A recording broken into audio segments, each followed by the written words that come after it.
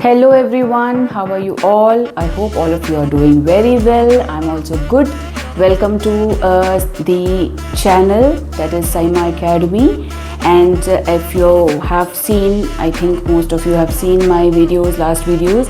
I'm doing grade 9 circles chapter in mathematics.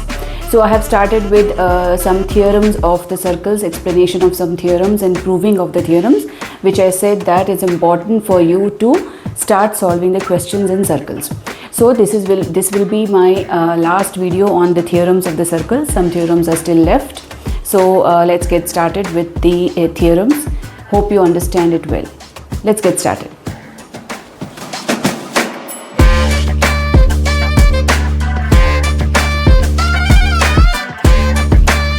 Okay, so the next set of theorems is related to angle subtended by an arc of a circle, and some theorems are related to cyclic quadrilateral. Okay, so this will be the theorem 7. So here the theorem 7 says that the angle subtended by an arc at a center is double the angle subtended by it at any point on the remaining part of the circle. So if you see the figure, there are three figures which I have drawn here. Why 3? I'll tell you. So see here, if you see, so here there is an arc PQ. Okay, so the angle subtended, so theorem says that the angle subtended by an arc at a center, so this arc is subtended angle at the center, that is angle O, okay, is double the angle subtended by it at any point. So it is double this angle which is any part on the semicircle. Okay, so here basically we have to prove angle POQ is twice of angle twice of angle PAQ. Okay, same thing here. Now why have I drawn 3 diagrams is because here the PQ is a minor arc. Now we have 3 types of arcs. Here PQ is a minor arc. It is the angle subtended by PQ in the center. Okay, so in the second diagram, if you see, PQ is a semicircle. Okay, now if you see here, this PQ is a arc which is a semicircle. So this is the angle subtended by it in the center, and this is the angle on the remaining part of the circle. And in the third case, you have PQ as the major arc.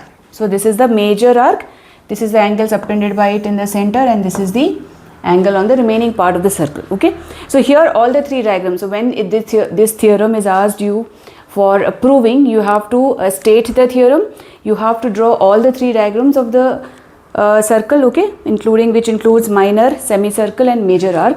Then only you can go about proving the theorem. Okay, so proving will be same because here the labeling of all the 3 circles is done same. So proving, the method we prove is also same for all the 3 diagrams. Okay, only the diagrams will differ because of the arc. Okay, so let's get started. So I will just explain you keeping one diagram here. Okay, so how do we prove it here? So here, so what is given here? PQ is an arc. Okay, angle POQ is angle subtended by the arc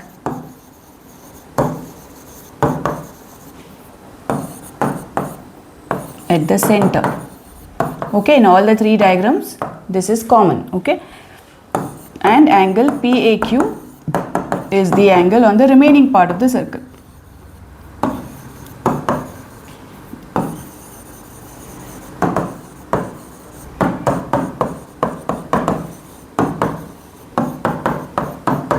Okay, so this is the common thing in all the 3 diagrams. So here what do we have to prove?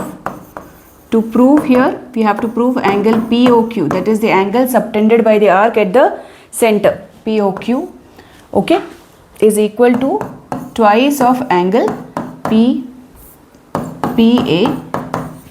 Okay, so this angle POQ is double this angle PAQ. That's what we need to prove. Okay, so how do we prove is, so now we will consider here first this triangle. Okay, then we'll consider the other triangle. So we will use some properties of triangles here. Okay, so here if I consider triangle AOQ, you can see here triangle AOQ. So here if you see, angle BOQ is equal to angle OAQ plus angle OQA. Why so? See, why I have written here, yeah, this is the angle BOQ. Okay, so this is an exterior angle. So exterior angle is equal to sum of the opposite interior angle. So this is one interior angle, this is another interior angle for this triangle. Okay, so BOQ becomes the exterior angle. So BOQ is equal to sum of the opposite interior angle. So you can write exterior angle property. Okay. Also, since OA is equal to OQ, why? Because it is a radius. Okay, therefore we can say angle OAQ is equal to angle OQA. This is because of isosceles triangle property. Okay, if you remember the theorems and triangles which I explained, these sides, if the two sides are equal, so here if you see, these two sides OA and OQ are equal, so the angle opposite to the equal sides, so this angle and OAQ will be equal to each other. That's what I have written here. Okay, so after this, what we can say is, so angle, therefore angle BOQ, we can write these two together, we can write it as angle OAQ plus even OQA also I can write angle OAQ, which makes it twice of angle OAQ. Okay, this will take it as a first equation. Okay, similarly we will do the same process we will follow for the other set of triangle, okay, which you see here, OAP. Okay, so in triangle, or you can say AOP, here we can write angle BOP is an exterior angle. Now this angle BOP is an exterior angle.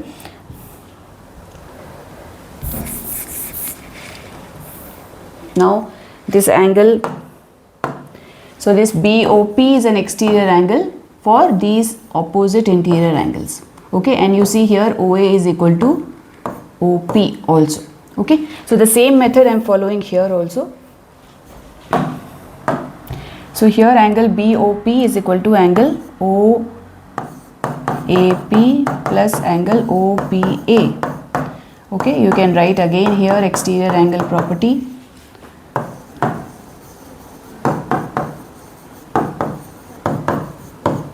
Okay, so since OA is equal to OP, that is radius,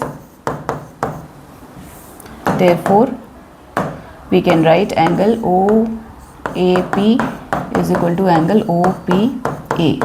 This is isosceles triangle property.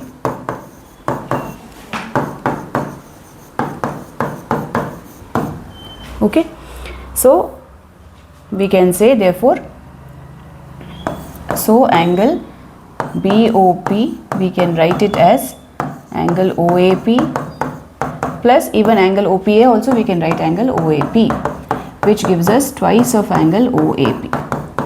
So this we will make it as our second equation.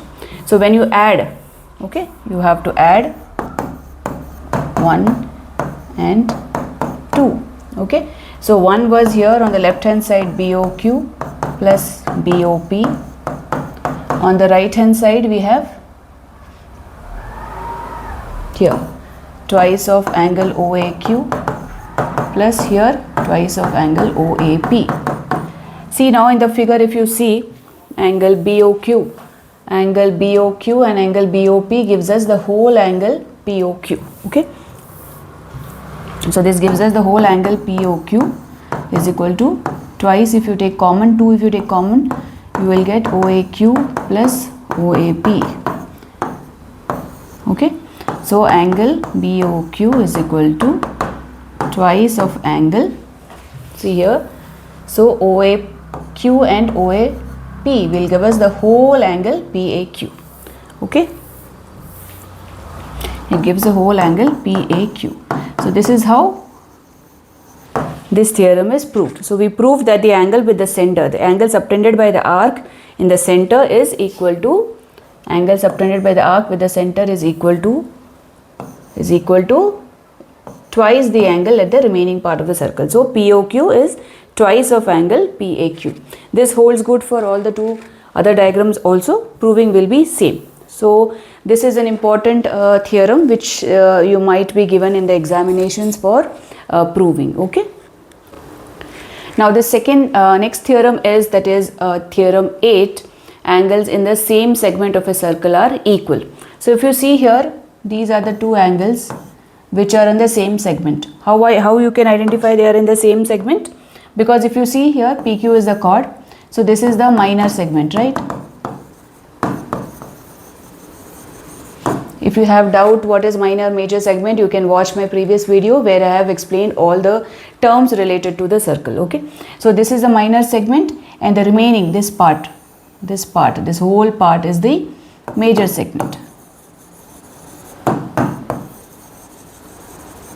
Okay. So here what is the theorem saying? Angles in the same segment of the circle. So if you see this angle PAQ and angle PCQ, okay, they are on the major segment. So we have to prove that they are equal. Okay. So and this is the angle with the center I have shown here. Okay, this is angle with the center. So how do we prove? I'll show you. So here, how do we prove this? So here angle POQ. If you see, angle POQ is the angle with the center.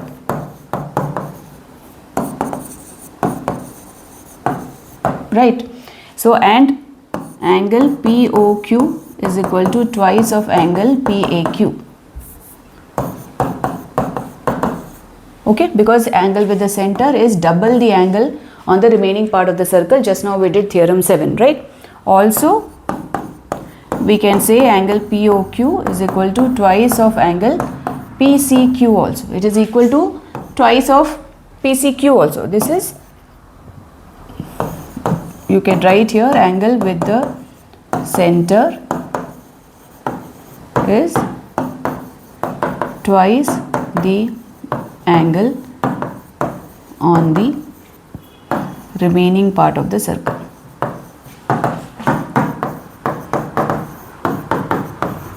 Okay, you have to give this reason, right? So now if you see this and these two things, if you see that POQ is common, right? So I can say twice of angle PAQ is equal to twice of angle PCQ. Since left hand side is equal, so right hand side also becomes equal. You can cancel 2. So we get angle PAQ is equal to angle PCQ. Okay, this is how we prove angles on the same segment. We are proving PAQ is equal to PCQ. Angles on the same segment are equal. Okay. This is also relating to the same property. Angles in a semicircle is a right angle. So now if you see here, angle in the semicircle, this is angle in the center, right? What it will be? 180 degree, because it's a diameter. Now PQ is a diameter and this is angle will be 180 degree because it's a straight line. So angle in the semicircle, now we have to prove this angle to be 90 degree. Okay, so how, again simple, the same property we can make use here. Here what is given to you, PQ is a diameter. Okay, this is one information this theorem gives you. Okay, PQ is a diameter. So what you need to prove?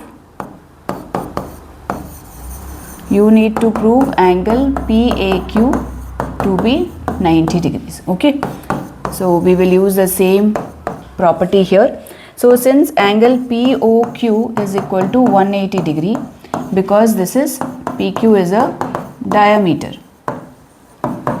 Okay, this forms a straight line, right? So obviously this angle will be POQ. This is angle with the center, right? So we can say angle POQ is equal to twice of angle PAQ. Same reason, this is the reason which I have given you here. Same reason applies here also. Okay, the angle with the center is twice the angle on the remaining part of the circle. Same reason I have given here. or you can also say angle PAQ is equal to angle POQ by 2. Now what is POQ? 180 degree, right? By 2 gives us 90 degree. Okay, that's how we can prove PAQ is 90 degree. Okay, so this property, you can make use of this property in the exercise questions. Okay, the questions related to circle, one of the important properties in solving problems related to circle. Now theorem 9 is related to cyclic quadrilateral. Okay, the sum of the either pairs of opposite angles of a cyclic quadrilateral is 180 degrees. So first you have to understand what is a cyclic quadrilateral. So if I draw a quadrilateral, okay, this is a quadrilateral, suppose ABCD, okay, and I make a circle. Okay, so how did I make this circle? Where the vertices, if you see the vertices of the quadrilateral are touching the circle, right? So this quadrilateral becomes a cyclic quadrilateral. Okay, cyclic quadrilateral is a quadrilateral whose vertices are on the circle. Okay, they are on the circumference of the circle. Okay, that's what is the meaning of cyclic quadrilateral. So here basically you have to show that let's see, when we write given ABCD is a cyclic quadrilateral is given. Okay, and you have to prove angle A plus angle C is 180 degree, angle D plus angle B is equal to also 180 degree. Okay, that means the opposite angle sum you have to prove 180 degree. Okay, that is the property of cyclic quadrilateral, where the opposite angles are supplementary. Okay, that's why they add up to 180 degree. Similarly, angle 1 and angle C also are supplementary, they add up to 180 degree. So how do we prove that? This is a theorem which you need to prove. Okay, so here what we can write is, first angle ACB is equal to angle ADB, also angle BAC is equal to angle BDC. Now why did I write like that? See what I wrote here, ACB, see this ACB is equal to ADB. See, if you see, this is the chord, okay, and this part is the major segment. So this is the chord, AB is the chord. So now this angle is standing on this chord AB, this angle, and this ADB is also standing on the chord AB. So they are on the same segment, they are on the major segment, right? That's why ACB is equal to ADB. Similarly, why did I write BAC? BAC is equal to BDC, because they are standing on the chord BC and they are on the same segment, they are on the major segment. If you see the chord here, this remaining part becomes the major segment. Okay, so this is the angle on the same segment. Okay, that's why I have written BAC is equal to BDC. So here you can write angle in the same segment. Okay, after that we will add. Okay, we'll add, this is suppose 1, 2, we will add 1 and 2. Okay, so when you add, we'll get it here, ACB plus angle BAC, okay, is equal to here right hand side ADB plus angle BDC. Okay, now here if you see ACB and BAC, ACB and BAC, they are angles of this triangle. So what is missing here? Only this angle ABC is missing. So I will add angle ABC on both the sides. We are adding on both the sides, right? So it doesn't make any difference if we are adding equal on both the sides. Okay, so angle ACB plus angle BAC plus angle ABC, here I added, and here I added ADB plus angle BDC plus angle ABC. So if you see, this is the angles of the triangle, so this will add up to 180 degree. And here if you see ADB and BDC, this whole thing is angle D, right? and angle ABC will be angle B.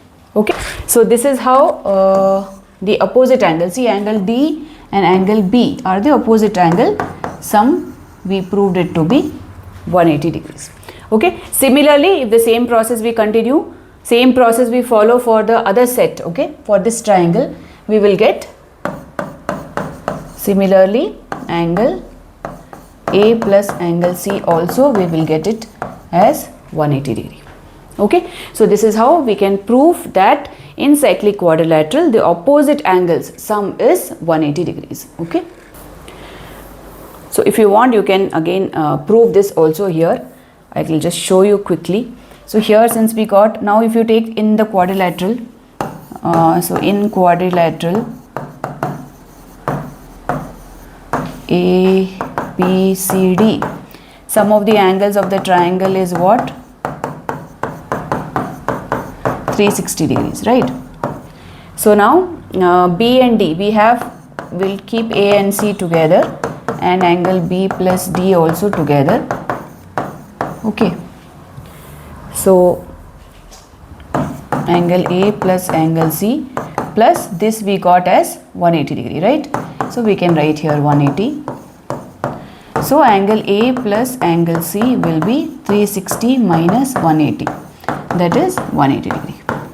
Okay, so that's how we get angle C plus angle A as 180 degree. You can show this also. Okay, so this is the proving of this theorem. Okay, hope you understood. The next theorem is actually, we don't have to prove it, it is also related to cyclic quadrilateral. If the sum of the pair of opposite angles of quadrilateral is 180, then the quadrilateral is cyclic. Okay, so if we get the opposite angle sum 180 degree, then we can say that the quadrilateral is a cyclic quadrilateral. Okay, so here this, when you see the question, when we get the values, if they are asking us to prove the quadrilateral to be cyclic, okay, then we can go about finding the opposite angle sum 180 degree. Okay, so if we get the opposite angle sum 180 degree, we can say that the quadrilateral is cyclic. Okay, hope this video is informative to you. Hope you understood how to prove these theorems. If you liked my video, please go and subscribe to my channel, like my channel, share my channel. I will be coming up with some of the important questions on circles. Actually, I'm not getting much time to make more videos, but I'll try my best to give more videos, more informations to all the students, especially for grade 9 and grade 10. Till my next video, take care of yourself and I'll see you soon. Thank you. Bye-bye.